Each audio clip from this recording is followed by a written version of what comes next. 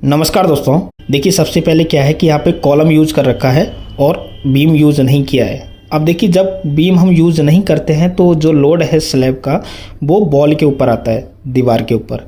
तो कॉलम का कोई रोल नहीं रह जाता है, क्योंकि कॉलम इसलिए दिया जाता है कि जो लोड है स्लैब का वो कॉलम के ऊपर आए। जब हम बीम यूज़ नहीं करेंगे तो कॉलम के ऊपर नहीं आएगा लोड, वो किसके ऊपर रहेगा? दीवार के ऊपर। तो बिल्डिंग में क्या है, जब मूवमेंट होता है तो दीवार में क्रैक आना स्टार्ट हो जाता है। तो इसलिए आपको ध्यान रखना है कि आपको प्रॉपर बीम यूज करना है। ठीक। सेकंड पॉइंट यहाँ पे क्या है कि जो कॉलम है उस जो कास्ट किया गया है तो उसको प्रॉपर चेक नहीं किया है कास्ट होने के बाद सॉल उसका।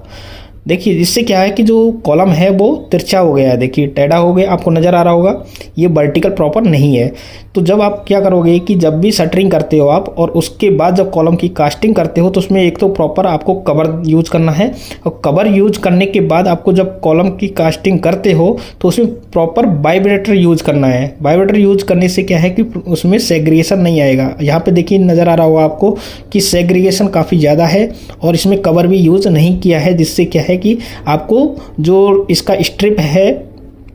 कॉलम का वो आपको नज़र आ रहा होगा।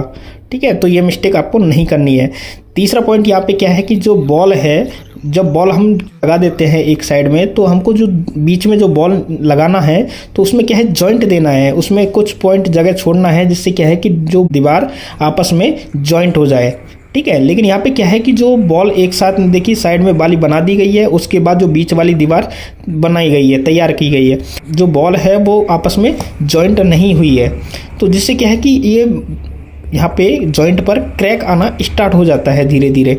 ठीक है, चौथा पॉइंट यहाँ पे यह क्या है मैं आपको बताता हूँ कि जो स्टेयर बनाया गया है तो स्टेयर भी प्रॉपर बनाया नहीं गया है, क्योंकि उसमें क्या है कि जो लैंडिंग है वो भी सही से नहीं दिया गया है, क्योंकि जो लैंडिंग है वो प्रॉपर 3 फीट का होना चाहिए, जिससे क्या है कि आराम से इंसान जो आदमी है मूवमेंट कर सके। ठीक है, यहाँ पे देखिए कितना अजीब सा लग रहा है ये स्टेयर जो बनाया गया है, क्योंकि जो डाइनिंग हॉल है उसमें से जैसे आप स्टेयर की तरफ जाते हो तो आपको बहुत कम स्पेस मिल रहा है, या कोई भी आप सामान लाते हो तो वहाँ पे दिक्कत होती है। ठीक है, और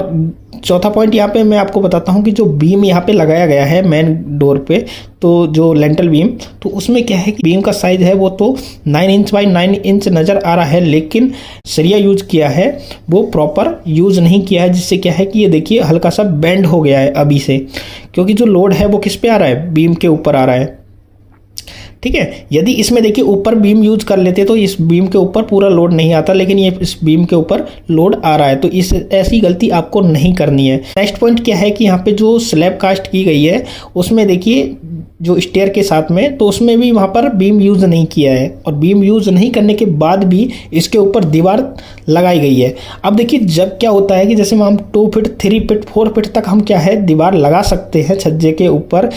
तो उसमें विदाउट बीम के, लेकिन जब हमारा डिस्टेंस काफ़ी ज़्यादा हो जाता है, जैसे 8 फीट हो गया, 9 फीट या 10 फीट, तो उसमें वहाँ पर क्या करना है, आपको बीम यूज करना है जिसके ऊपर दीवार हम लगा सके, जिससे क्या है लोड को सहन कर सके बीम। ठीक है, तो ऐसी आपको छोटे छोटे पॉइंट आपको क्या करना है कि ध्यान रखना है, जिससे क्या है कि आपका जो घर में नुकसान ना हो।